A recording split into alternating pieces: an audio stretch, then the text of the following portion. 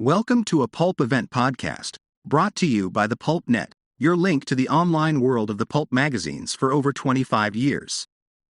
Online at thepulp.net.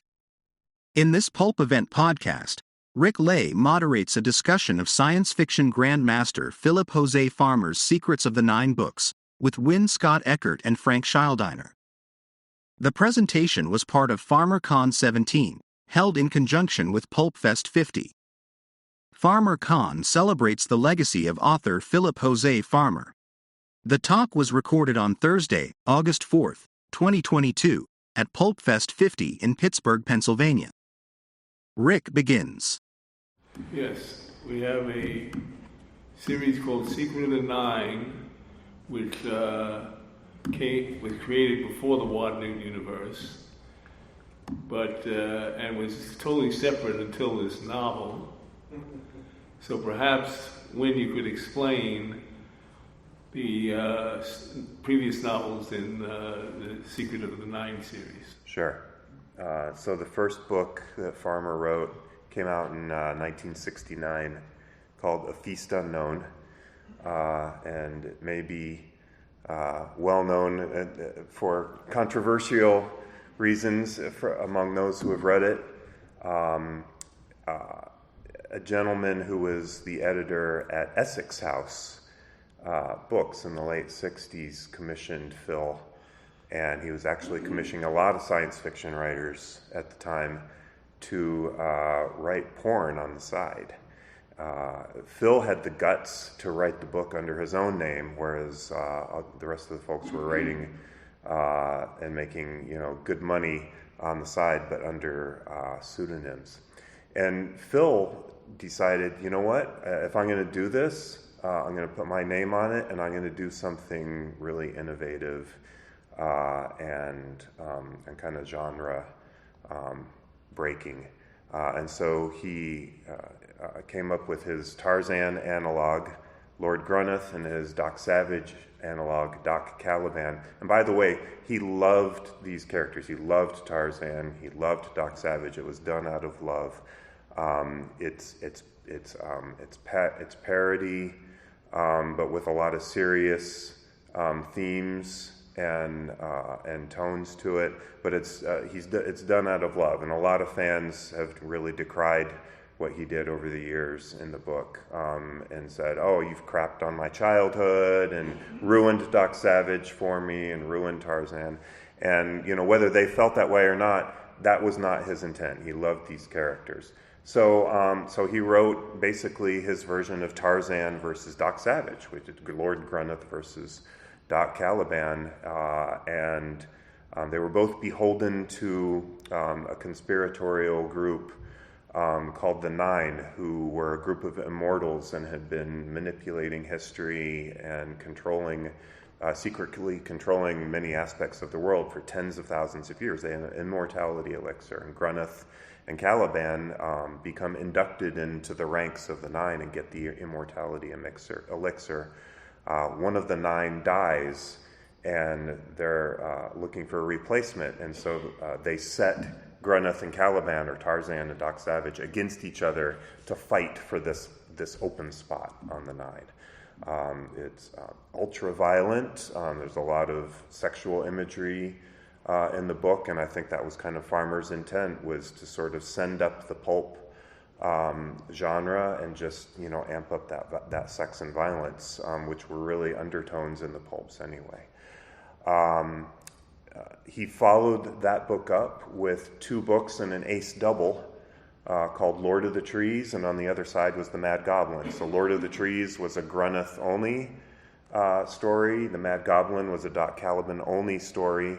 But they both took place at the same time and were kind of referring to events that were going on back and forth in those books. Those books were written as straight adventure, still very violent, not quite as violent as the first book, and without all of the sexual aspects to it. And so that's it. So for a very long time, we had the three books in the Secrets of the Nine series.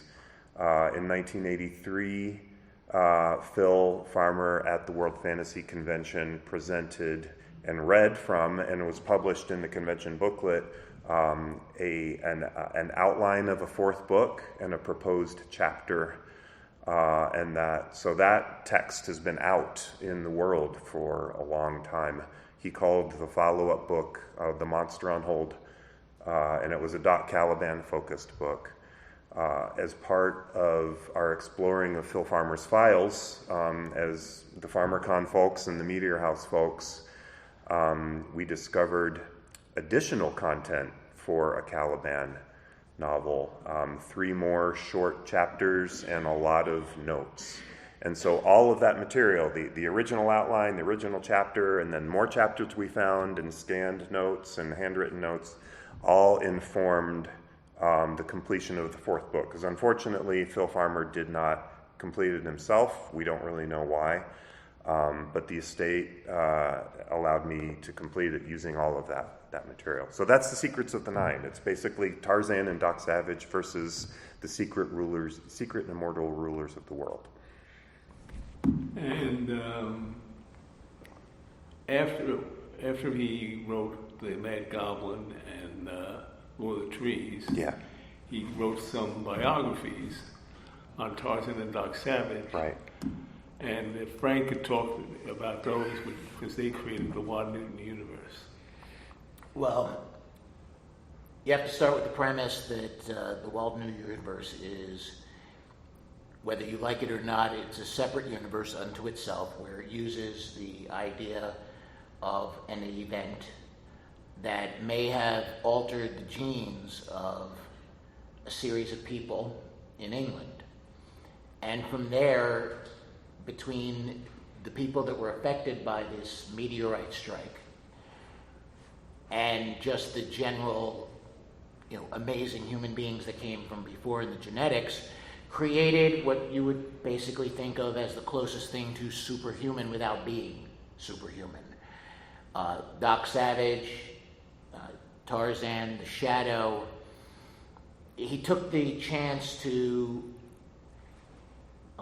best expand the world and give it almost a underlying storyline. There's a metafiction to all fiction, is the way Phil did this. And by doing it, he made a really interesting idea of people that are related to each other, not just because of names. In fact, Wynne really rejects that a lot over the years, and it's been good that he does. It's about greater conceptions and abilities and concepts. And he created some characters on his own. A character named William Clayton had a lot of part to that, and connections to characters like Fu Manchu, and even going as far into the present as, say, Travis McGee and Lou Archer. So it's a greater metafiction of all fiction. And Phil did this, and it's fun. We take it as enjoyment. Some people take it as the closest thing to Satanism. And we've been dealing it. He deals with it more than the rest of us for some reason. Yeah, I mean, there are a lot of people who really enjoy the concept, and there's some that don't, and that's great. It's interesting. But it's not a religion. Well, it's not a religion. It's something that we enjoy. It's just another subset of fandom. But it's kind of weird because sometimes, like, we have a fandom that then says, well, your fandom, being fans of this Wold Newton thing, that sucks. Your fandom sucks. And I'm like, well, but weren't you beat up in the 1970s when you were a kid for reading, whatever, right? So it's weird.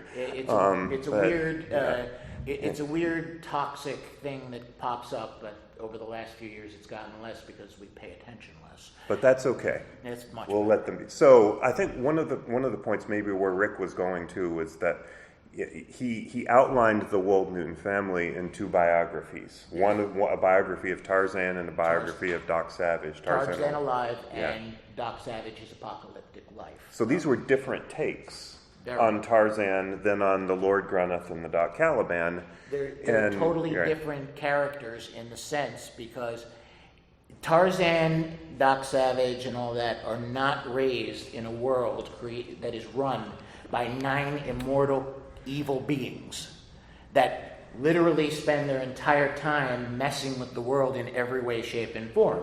In fact, one of the discussions that they had in one of the 9 books is they're talking about how they were considering arming the Native Americans before the Europeans got there, just to create this really powerful. Then they just said, forget it, we'll just let them die. That is the way they've done it, and you realize that these immortals, who in many cases are based on immortal concepts of mythology that he drove from, like Ing and the rest that are almost just mentioned in point until we got there. These characters are not benign immortals like you would like them to be. There are blood-soaked evil beings who have really kind of both evolved beyond human and gone deeper below human at the same time. They're very combination of almost prehistoric and inhuman at the same time. And as such, the world of the 9, the secrets of the 9 world, it's harsher than a pulp world. It's worse than a pulp world. It's much more dangerous and violent than a pulp world, and it could be better, because Doc Caliban in Secrets in the first book, A Feast Unknown, has revealed that he has all of these amazing things that could save the world. He even gave to the 9 in Lord of the Trees. It's realized they have a tent that you could literally just take it out of a small pack, flick it, and it's done. You have a full tent right there. And that was a Caliban invention probably in a weekend. And that's the kind of things the world could use, but you're never going to get it, because it's the 9s. Just one thing quickly, in case there are any Talbot Mundi fans out there and you're wondering if the 9 are connected to the 9 unknown. They don't seem to be. Agreed. Yeah, they don't really appear to be. I tried to read the 9 unknown once. It's very. It wasn't for me. The 9 unknown is really a theosophical concept, and if you're like that, great, enjoy. I mean, it's not even really close, other than the word 9. Yeah. I tried, and other people have tried to mythologically put them together, and other than the word 9, I just don't see it. Now, Lovecraftian concepts enter the picture, but they first entered the Ward Newton universe in Doc Savage's Apocalyptic Life. Correct. So, as part of his Wold Newton genealogy, Phil included Robert Blake as one of the Wold Newton family members, and of course, that was sort of a take on his good friend Bob Bloch. Yes. Well, he was a protagonist of H.P. Lovecraft's The Horror of the Dark. Yes. Yeah. So it's sort of a double homage, right? Because and then I think there was another Cthulhu mythos connection that he put in. Johnny. Yes. Johnny. Yeah. That's how could I forget that part? So in the Doc Savage biography, Phil proposed that the protagonist of At the Mountains of Madness, who's called Professor Dyer in the Lovecraft story, was really Johnny Littlejohn, who was one of Doc Savage's fabulous 5 aides, so archaeologist and geologist on the Antarctic expedition. And there's even a third one when he suggests, and this is could be or couldn't be, when he suggests that Doc Savage was McReady from the thing from another world. That isn't Farmer. That wasn't Farmer. That was Farmer. Yeah. Well, there you go. Yeah. We'll get to that in a minute. Yeah. Well, I know when to back off. No, it's all right. But to go to the Johnny Yes. point of view, Phil doesn't explicitly say this, but I think the argument was based on 2 things. William Harper Littlejohn in Lester Dent, William Dyer in Lovecraft, similar name. Sure. And there's also, Lovecraft is an extremely long-winded writer in all his novels, uses big words like mad, writes like Johnny. So there's an enormous in-joke in there. Right. But the thing that I've always had a problem with that theory was he said the Miskatonic expedition, Farmer said the Miskatonic expedition occurred in 1928, or 29. 29. 29. When it occurs in 1930-31 in Lovecraft's novel. Mm-hmm. And I'm not sure why he changed the chronology, but I don't see any reason to. I think, so my speculation, my guess is that he bumped it back so that it took place before all the super sagas started, because there might not have been time for Johnny to have this 6-month or 9-month Antarctic expedition. Man of Bronze was like occurring in 31. Right. And Johnny would be coming back. Right, yeah. I don't personally accept Johnny as Dyer. That's, yeah. We all have our little... we all have our interpretation. Even if we're fans of the Walt Newton and Farmer, we still have our I believe this part, but not that part, but that's okay. Well, yeah, it's good. The name William was identified in Lovecraft's Shadow or Out of Time, whereas the Miskatonic expedition led by, or including Dyer to Australia. Mm-hmm. And I did a Doc Savage chronology, and I just could not fit in this Australian expedition. But I can get around it a little bit by saying maybe William Dyer is the uncle of William Harper Littlejohn, who is mentioned in, good grief, I forgot it now, Mystery Island, a Doc Savage novel. The uncle is given the nickname of Ned, but maybe that is the real Lovecraft connection. Okay. Could be. Very good. Now, to get to who goes there, it started with Al Tonic, who was writing articles for the fanzines in late 70s. And I believe it is in the Doc Savage Club Reader number 6 that he wrote a article called A Doc Savage Adventure Rediscovered. And he looked at Who Goes There, which John Campbell wrote in 1938, and analyzed the hero of that novel, who is named McReady, and he is described as a man of bronze. He has a beard, unlike Doc. He has bronze eyes, and he's 6'4", which is the actual description of Doc's height in one of Lefset's novels, The Man Who Was Scared. That is an interesting theory, which you modify a little bit. I modified it a little bit. Tell us how you modified it. So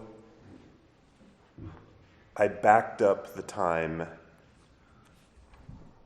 of The Thing from Another World, Who Goes There, and placed it before the Super Sagas, because in Who Goes There it says that McReady is studying for his MD, I believe, but doesn't have it yet. He actually said he got the MD. He had his MD? He had his MD, okay. and he was preparing for a fellowship, and he changed over to meteorology. Because he was a meteorologist and of the expedition. He changed his direction of his studies, but he had gotten his degree. Gotcha.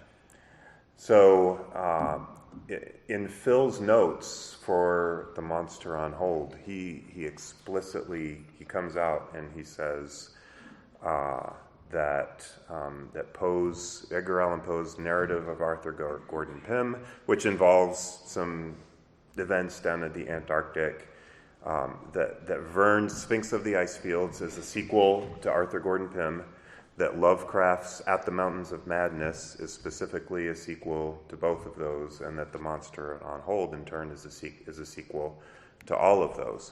So I proposed that Doc, whichever Doc you prefer, right? Doc Caliban, Doc Savage, Doc Wildman, went on, I adopted the theory, Al Tonic's theory, He was on the Antarctic expedition, and was McReady. So that theory is incorporated in here. And then the Mountains of Madness expedition happened, and so there's a lot going on in the Antarctic in the history of these books. Al originally put it in the 30s. Yes. And there's a reference to cyclotrons, which is consistent with the 30s. Unless they had cyclotrons in Doc Caliban's universe in the 1920s. But if this only occurs in Doc Caliban's universe, now we're getting into the multiverse. Correct. Yes. Correct. I also just want to note that there's another. I'm sure there are many Doc experts in the room. There's one Doc expert in the room that independently came up with the McReady. He had not read the Doc Savage Reader 6, and so that happens in research. Some people hey, Chris. the same theory. So there's a multiversal aspect to it. So Frank has talked about the Wold Newton universe and sort of the more straight versions of Tarzan and Doc Savage, and then we have these other versions in the 9 universe. And, without providing too many spoilers, the book gets into a multiversal aspect. So there was a fan, there might have been 2 fans in the 70s who wrote Phil a letter. Where the history is a little bit unclear, but there's at least one fan who wrote a letter after the Mad Goblin and said, "Hey, why don't you have Doc Savage versus Cthulhu?" And Phil kind of was like, maybe that's an idea. Well, he actually ended up running with it. And so in The Monster on Hold, he kind of created his own version of a Lovecraftian entity. So he didn't literally use, the same creatures or entities that are described in the Cthulhu mythos. So he came up with his own entity called Shrask.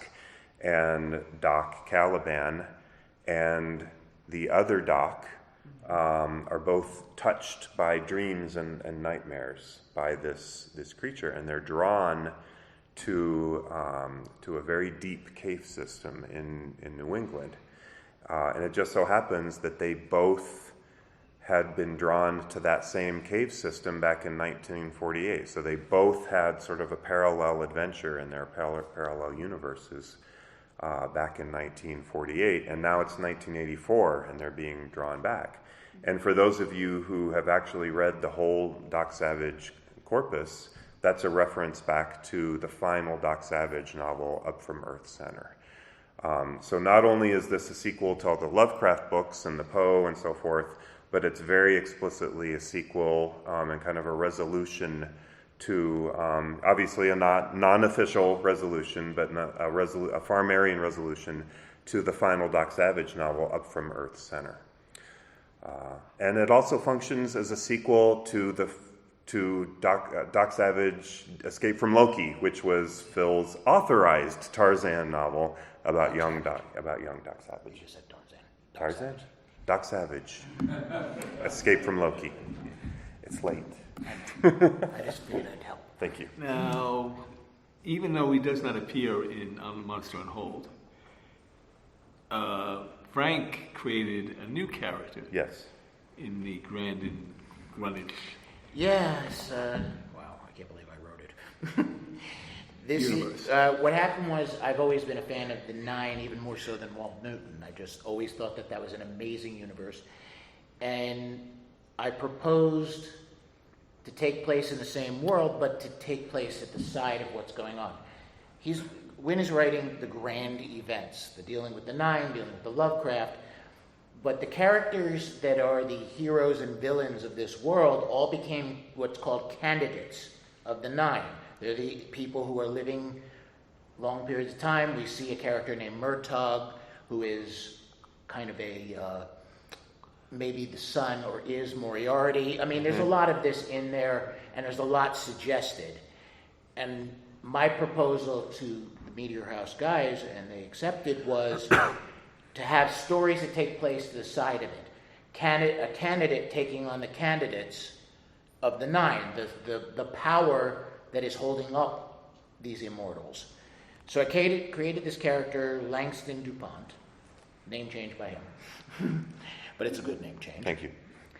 And they changed the name too of the title, which was really good, called It's Always Darkest. This is it. And it's the character Langston DuPont is the Dark Avenger of this world. He's not the Shadow, he's not the Spider, he's not the Green Hornet, he's not Black Bat, Batman, or any of them. He's all of them and none Not of the them. Green Llama, too. Not the Green Llama, too. There's a lot of martial arts because it's me. But he's all of them and none of them. And he has a deep connection to the actual nine. And there's also a little bit of the Eastern Zen philosophy thrown in with him, because he realizes, after seeing their very selfless events by going after the nine, that all of his good was actually just, a fake way of hiding the fact that he's as impure as everybody else in this world. So he decides to take on a character named Seiko Midori, who is his female partner. The male and female partner up, and there's certain ones that are just kind of assigned to each other. And Seiko Midori is based on a woman from ancient Japan. Ancient, really, it's 17th century. There was a woman who was the niece of a man named Nobunaga, and she ended up becoming the second wife of the man who united the whole country. And she was known to be beautiful and brilliant. She ended up getting killed, but I said, well, there you go. And that's the kind of person the nine would want on their side. We're beautiful, brilliant, dangerous, and willing to do anything for them to keep alive. So he's taking on her power base through the use of, the things you would expect from a Dark Avenger type, plus somebody crazy like me who does martial arts still. So there's a lot of that in there. And I even use the second greatest swordsman in history in it, a man named Sasaki Kojiro, who was considered maybe even the best, who lost a very famous fight to the greatest swordsman, Miyamoto Musashi. So there's a lot of this stuff in there, and it's a lot of action because it's me. I write action. But it was a lot of fun to write, and I was grateful. And, the cover's fantastic, like Keith over there. It's a beautiful cover. First hardcover I've ever done. All right. I never had a hardcover before, so I was real proud of this. Yeah. The master of my karate school especially loves this cover. So it was a lot of fun to write, but it also gave me a chance to kind of give a little bit of an expansion to the Nine world without doing anything that could upset the overall framework that Philip Farmer created. Mm-hmm. That was important to me. You got to keep it the way it is. So if anything big happens with the Nine, he could be involved, but he's always going to be a second-rate player to it because I want it that way. So there you go. One little interesting trick that you do in the novel is, I read it carefully, and I noticed that the villains were all cast as if they were being played by a Hollywood actor. Oh yes, I'm not even hiding that. It's all based on 70s and Hollywood right there in my brain. Oh no, there's a character in there, and we were talking about this on the drive, which makes it 10 times funnier to me. On the drive, I'm driving with Rick, and he turns to me and says, "That biker character, that was William Smith, wasn't it? Big Bill Smith." Yeah, it's like, yeah, that's him. That's him. William Smith, for those of you who don't know, you probably have seen him many times. He was in Any Which Way You Can with Clint Eastwood. He was in a dozen biker movies. In real life, he had a master's degree in Russian language. He was an Air Force intelligence officer, a black belt in Kung Fu, and held a bench press record for 20 years or something like that. He's a real all-around tough guy that when you see him, you'll recognize him. And he has literally the best fight scene in Hollywood history. There's a movie called Darker Than Amber with Rod Taylor. And Rod Taylor, as some people might know, he was a very tough Australian guy, and he liked to fight. He was good at it. And he saw this big, American guy, and he said, all right, let's see how tough you are. And they really fought. And you see the movie, William Smith broke Rod Taylor's nose, and Rod Taylor broke his nose. It was real. It's on camera. Don't watch the rest of the movie, though. The movie's terrible. But this part of the movie, I watched it at the same time as Stephen Barnes, who's got like 30 years more of martial arts on me, and we're both like, that's the moment. I see that nose break. We're both watching it on separate ends of the continent, but it was really kind of cool. So yeah, everybody is based on something like that because I was trying to pay tribute to the 70s in my own sort of way. And I had a lot of fun doing it because, well, I watched all those movies despite my parents not wanting me to. One interesting aspect about putting a Lovecraftian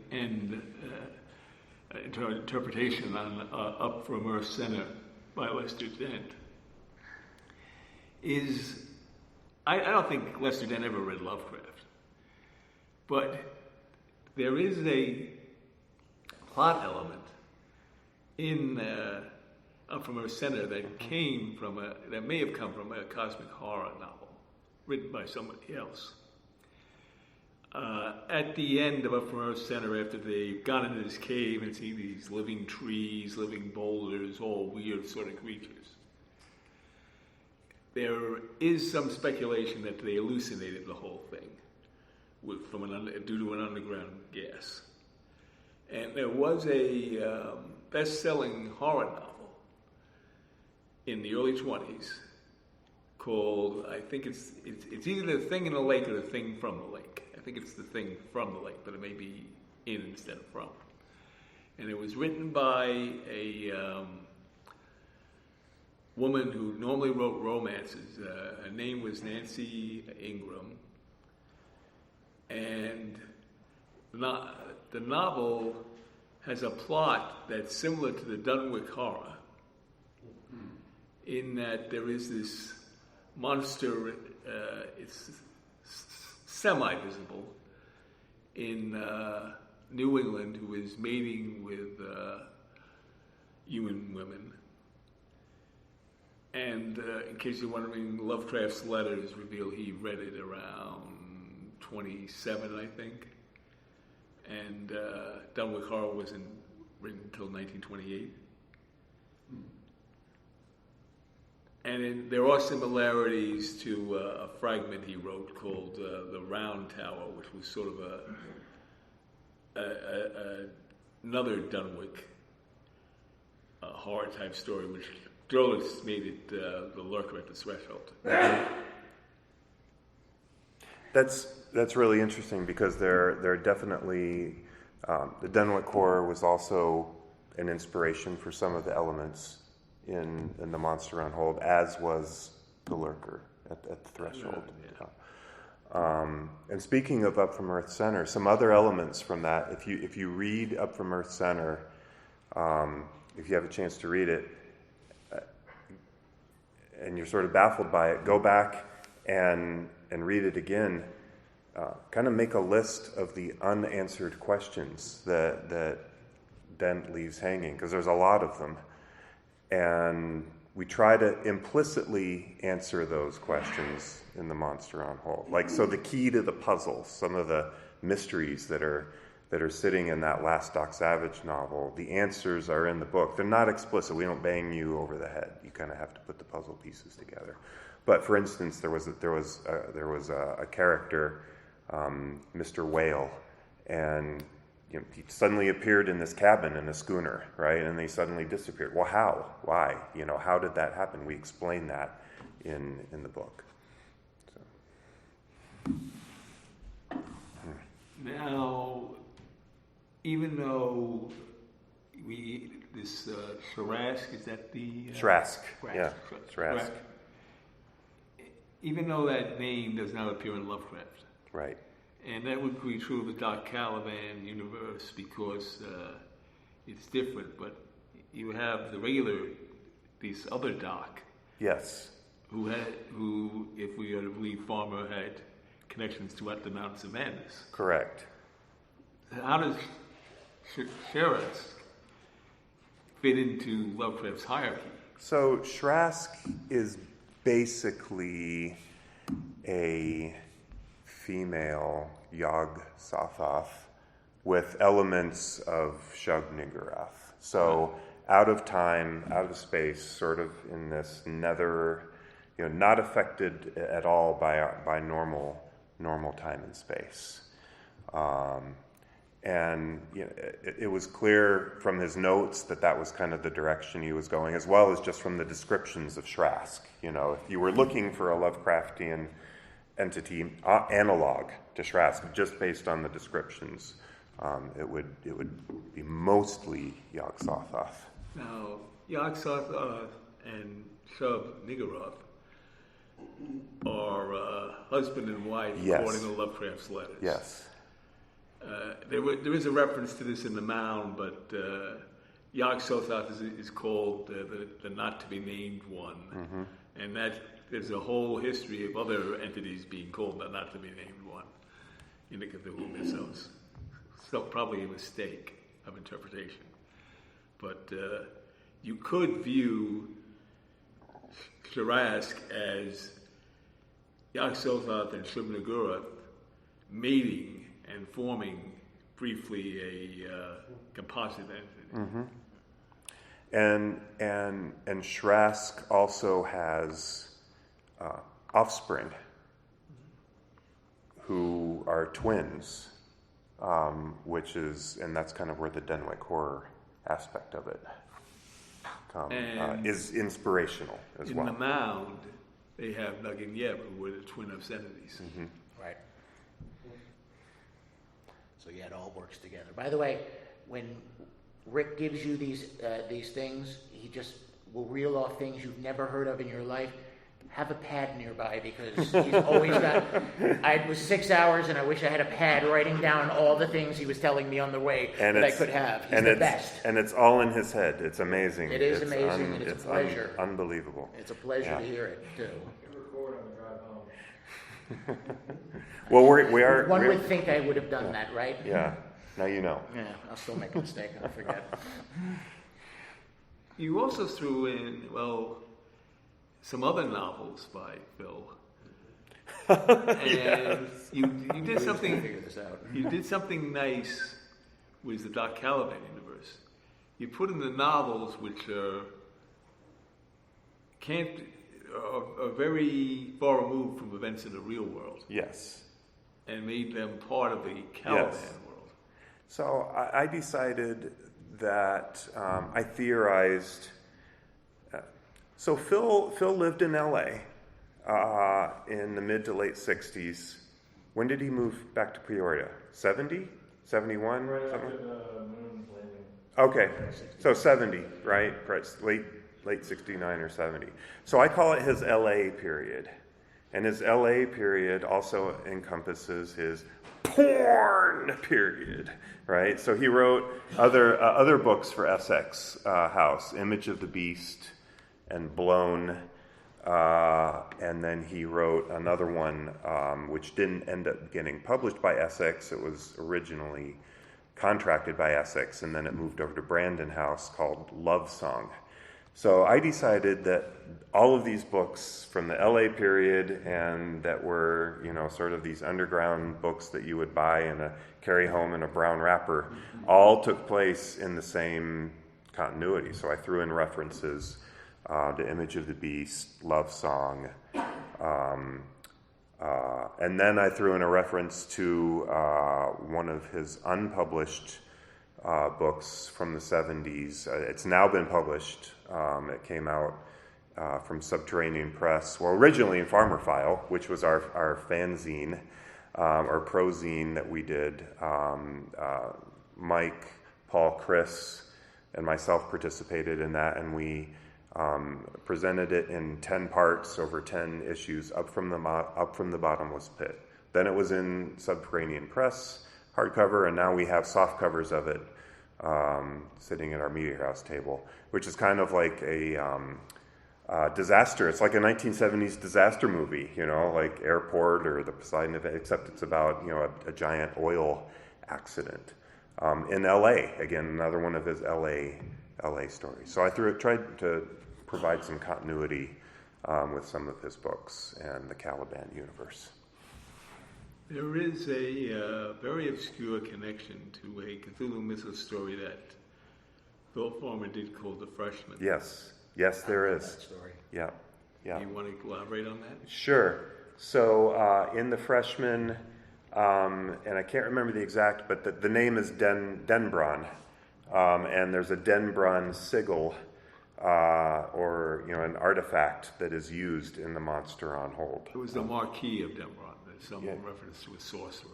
Yes. In The Freshman it was, and then in this was, exactly. And then in the book there was a sigil or an artifact, apparently named after. Yeah, and the interesting thing is I kind of forgot about the Freshman reference. So Denbron appeared in his notes, and I grabbed it from his notes for Monster. So that's his connection. He did that.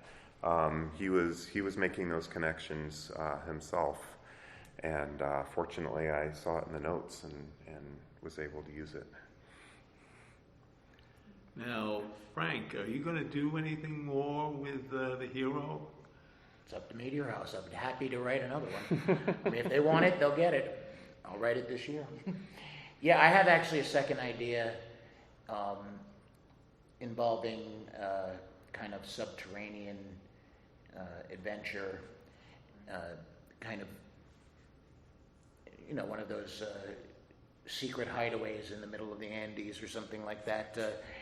Something to talk about. I'll talk to them over the weekend if they're interested. We'll talk. Okay. It'll just understand it's going to have a lot of action. If you don't like action, don't read me. But yeah, there's actually I talked to Wynn when we were in the process of creating it, and I had an idea of a character, a real one that's there's a character called Bai Mei, who is the same character played by Gordon Lau in Kill Bill 2. And he kills that character. Actually, Gordon Lau, when he was a young man, fought that character in another movie, so it was the reverse there. He was playing the character he once killed. He is based on a real man named Bak Mei, who invented a very unique style of fighting that involves maximum amount of punishment and the minimum amount of motion. And, he was a real person, I was thinking of having him as one of the villains in the story, just to give you a concept there. And also involving, there was a character in real history who is supposedly the son of Ivan the Terrible, called the False Ivan. And they don't know whether he was the real son of Ivan the Terrible or not, but he disappeared. Some say he was murdered, some say he wasn't, and I'm thinking of him as probably involved too. So just thoughts, random stuff. I'll talk to them about it, but I hope so. Cool. You heard it here first. Yeah, that's I'm always thinking of something. Chris has a question. So if the Essex House books are part of this continuity, does that bring Traitor to the Living in also? Yeah, it probably, yeah. It would be a good thing. Yeah, so Image of the Beast and Blown, and it's a trilogy. The third book is called Traitor to the Living. And Traitor to the Living is very different from the first two books, but involves the same character. It's not quite clear how they connect. It's sort of like he says in Traitor to the Living he was on drugs during the previous adventures.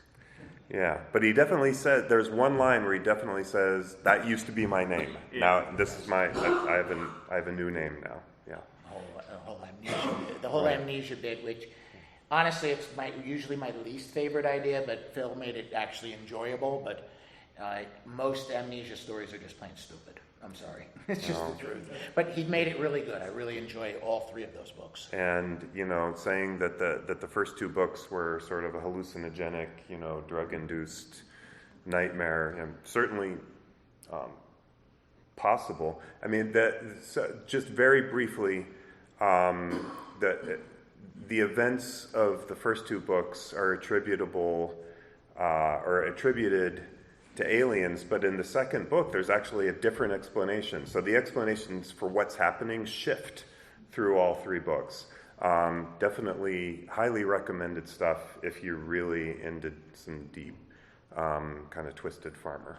Yeah, it's a form of cosmic horror without the tentacles and all that nonsense.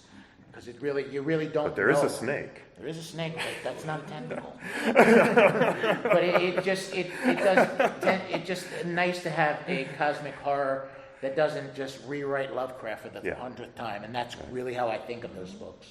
Because the mist and all that stuff. Yeah, the green mist. The green mist and all that stuff, and they play it really well. We're trying not to give too much away, and also we can't say a lot of these words. That's why we're being really obscure. We get it. Well, I think we've reached time limit. All right. Well, Rick, thank you very much for moderating, and thank you for writing the book. Thank you for letting me. And thanks for listening. We appreciate it. Thank you. You've been listening to a Pulp Event podcast, brought to you by the PulpNet, your link to the online world of the pulp magazines for over 25 years. Please visit us online at thepulp.net. Also, look for the PulpNet on Facebook and on Twitter. Thank you for listening, and keep reading the pulps. This Pulp Event podcast is copyright 2022 by William P. Lampkin, all rights reserved.